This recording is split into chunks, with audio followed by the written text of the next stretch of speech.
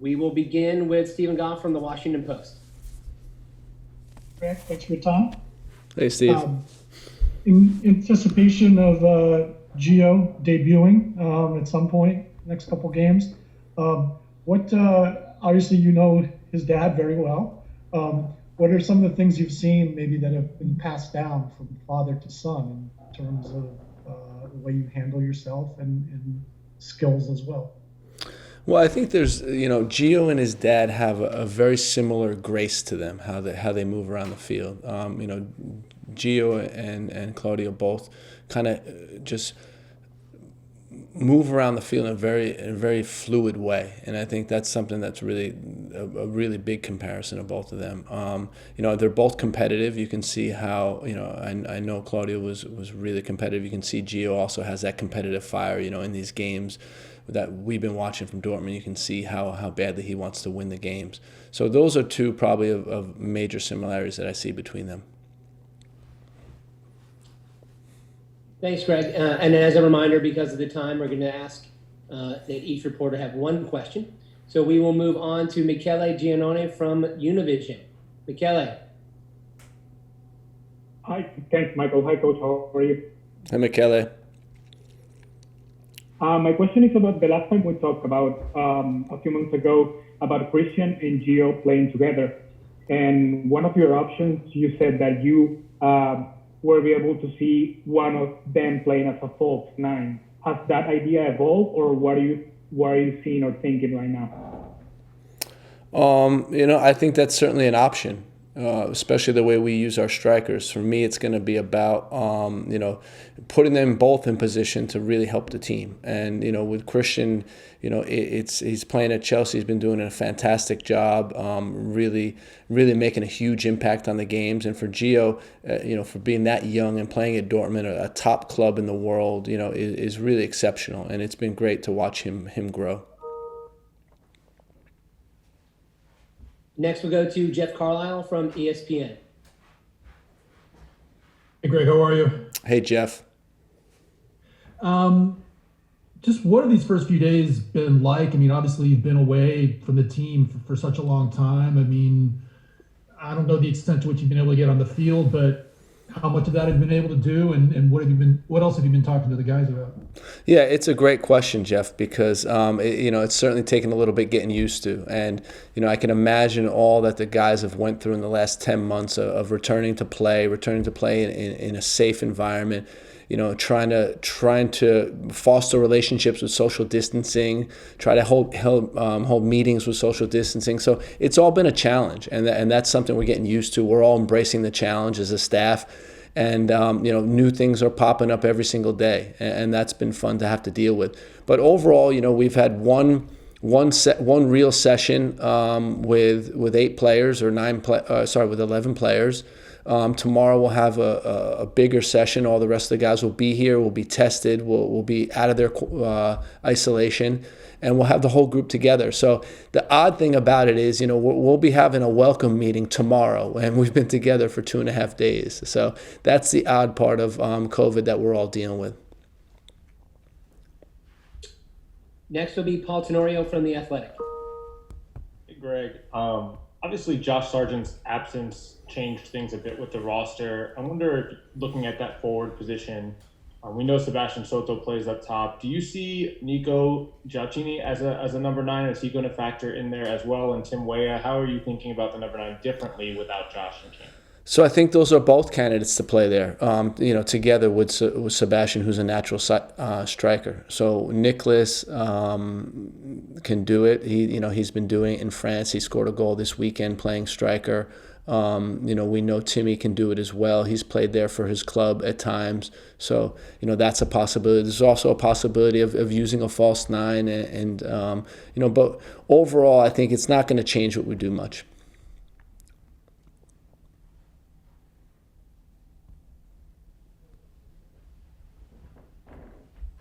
Sorry. Next, we'll go to Brian Strauss from Sports Illustrated.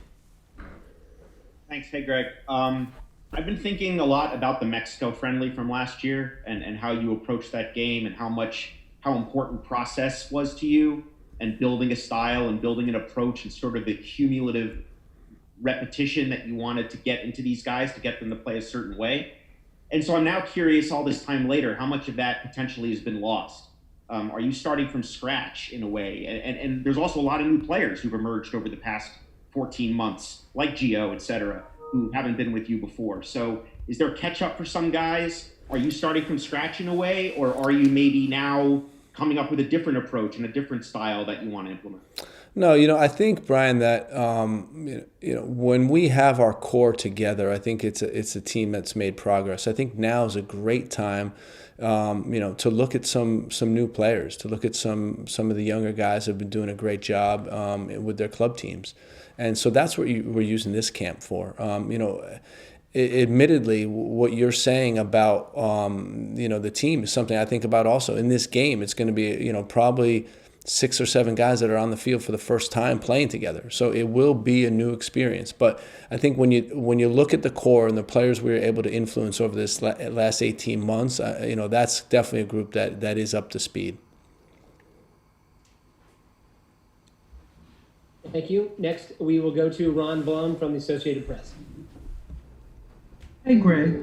With the revamped schedule and the chance that you might have 3 qualifiers per window, do you have to look at your player pool differently in terms of usage because of the possibility of cards, injuries, and fatigue, and not being able to have the same 11 players as regularly in the starting lineup?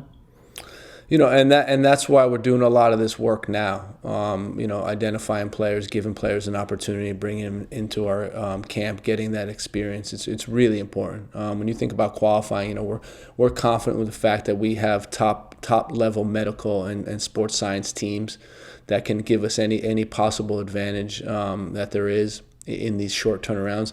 But it's going to be a grind, and it's going to affect all the teams, and that's why we need the pool as deep as possible, and we need guys to get this experience, because playing in World Cup games is a different proposition. Next, we'll go to Ivis Galarcep from SBI Soccer. Gregg, it's been a while since Tyler's been in with you. Obviously, about like a year and a half, even more than everyone else. But in that time, you've obviously had conversations with him.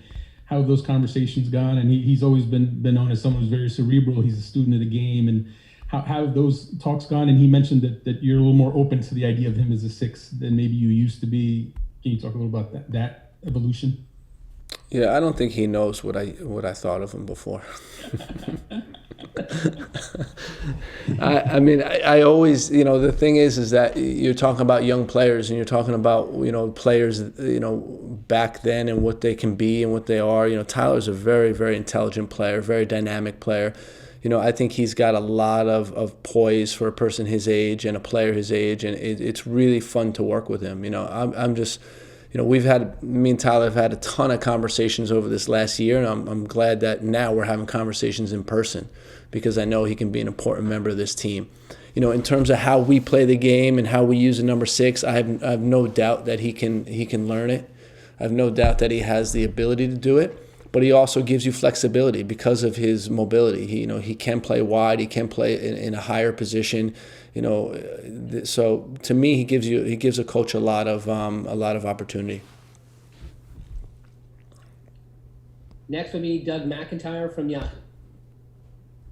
Hey, Gregg, good to talk to you again. I wanted to piggyback on Brian's question a little bit and also ask you, or follow up on something you mentioned last week when you talked about, the youth on this roster, the speed, the ability to maybe play a higher line and more of a pressing game.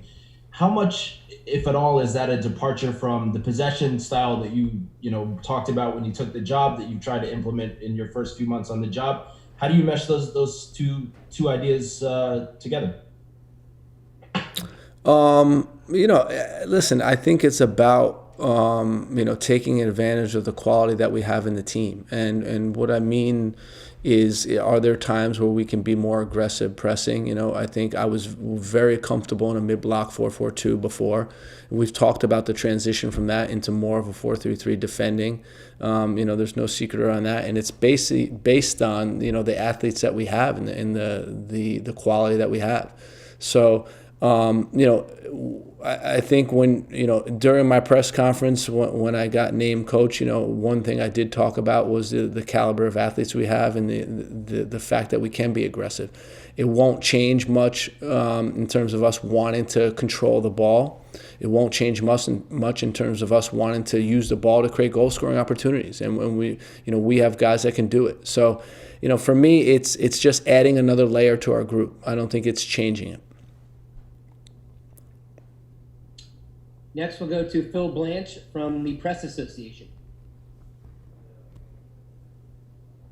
Hi, Greg. Hey, Phil.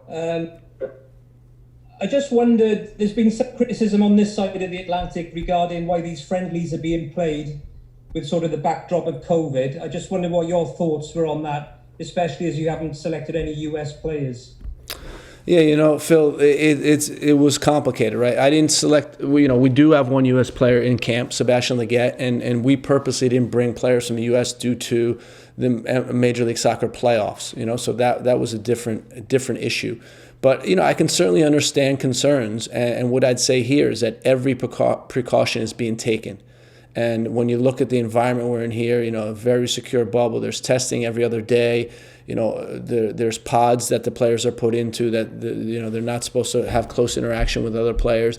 We're doing everything we possibly can. Our medical team was amazing, setting up all the protocols, and so I can understand concerns. And what I can tell you is that at least from our side of it, the players are in good hands, and this is something that I believe that we need to push through. We need to push through in a safe way, because I think it's about getting some control back. It's about getting international soccer back. Phil, we haven't played since last February, and we need to get back on the field. Next will be Leander Sherlockins. Hi, Greg. With all this young talent at your disposal that's pushing through in Europe and MLS, when you're standing at your whiteboard, sort of working through your rosters and your depth charts and everything, does it feel like choices are getting harder to make? Yeah, that's a good question. I think in theory choices are getting harder to make, right? But now it's about doing it on the field, and now it's about the young players taking advantage of this opportunity.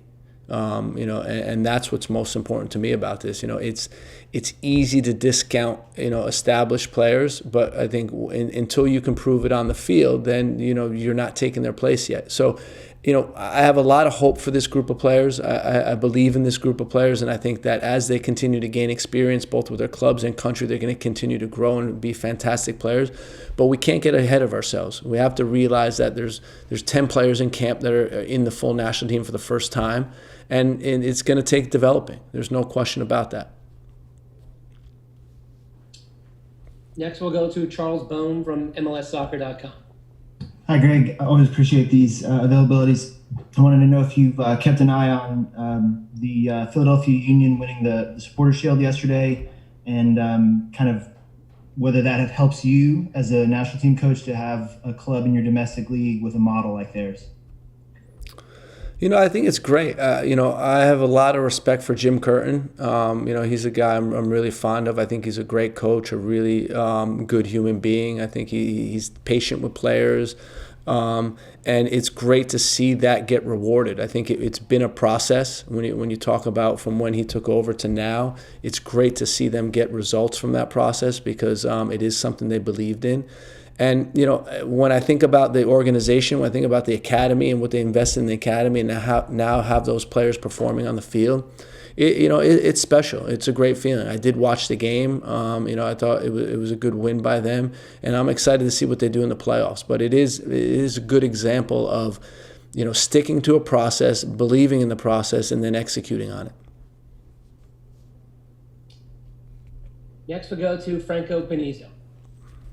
Thank you, Michael. Hey, Greg. I just wanted to switch gears and ask you a little bit more about the defensive unit. Obviously, there's a lot of talk about Gio and Christian, Weston and Tyler. But how do you view the defensive group coming into this camp and giving everything that you've seen up to this point? You have Tim Ream in camp, who's the one player that's over 30 on this roster. So what do you think about the defensive unit? And kind of going with that, why wasn't Julian Araujo called into camp for this window? Thanks.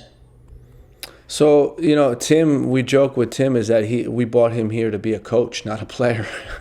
It's crazy that how, his age compared to everyone else, but it's great to have Tim around, really smart soccer player, very capable soccer player. It's great to have his experience and his leadership in the group. We're very thankful for that.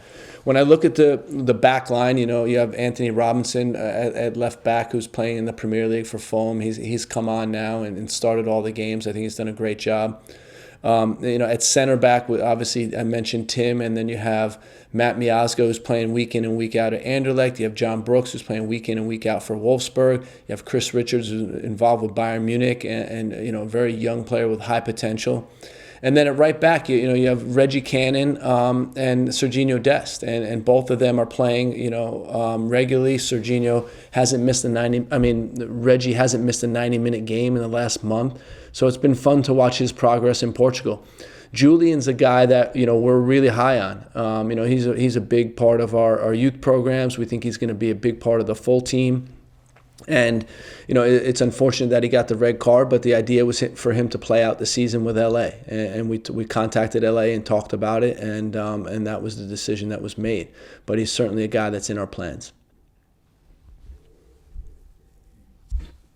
Next we'll go to Emily Olson. Hey, Gregg, thanks for taking the time. You mentioned your core earlier in this call, and you look at, say, Christian Pulisic, who is still day-to-day, but he's part of this camp. Tyler Adams said that shows that there's an environment around this group that wants to be there, wants to show up. When you look at your core, when you look at your Adams and even a McKennie and a Pulisic, what are you expecting from them this camp with all of the young guys coming in as well? As far as not transition, but a leadership and explanation role for some of the new guys. No, well, they are leaders of the team. Together with Tim Ream and Zach Steffen, they represent the leadership council of this team in this camp, and they've been very influential guys in the team. And what we're looking for from them is to share the experiences with the guys. We want to give these young players an experience of being on the senior national team. Excuse me. We think that's very important. And the culture starts with the players. The culture lives with the players, and I think it's really important that they're able to come into this environment and see how we operate and see how we work. We're looking at this as a long-term view. Some of these players that are in camp we may not see for a while, and they may take the process of going through other national teams that we have. But it's really important for us to connect these national teams together and give players opportunity when they deserve it. Our last question will go to Nicholas Mendoza from NBC Sports. Hey, Gregg. Appreciate having you here. Just had a question about, this is your first time since, the social upheaval that we've seen. And I know you mentioned, not being happy, with the status quo and the national team as a vehicle for change. I was just curious, your feelings on the responsibility that you have here, and knowing that you're on a stage and going to set an example. I know it's something you've always been comfortable with, but obviously it's a little bit different in the red, white, and blue. No, it is. And I think, that's a great question. And one thing I'd say is that we went through a process together with the players. We explained to them, steps we're taking as an organization, which I think is really important, first of all. But the second thing we did is just listen. And, we listen to some of the great things that our players are doing, and we stand behind them 100%. And, we talked about potential ways to activate in this camp. And we wanted to know that we're behind them 100%. And I think that's the important message, a message of support. And, we're certainly here to give that. And, I believe this is, part of it does come organically from the players. Part of it is player driven. And we're here to support all their efforts.